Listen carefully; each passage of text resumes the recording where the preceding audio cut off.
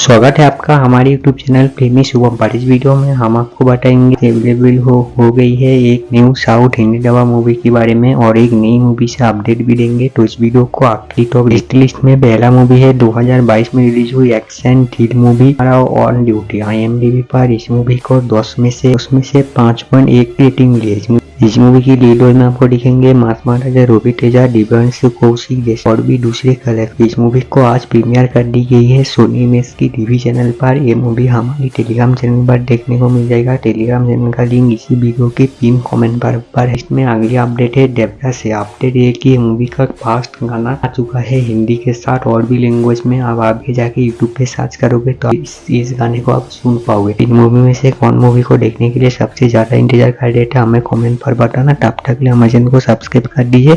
Movie update लाते रहते हो, जाते वीडियो को लाइक भी कर देना।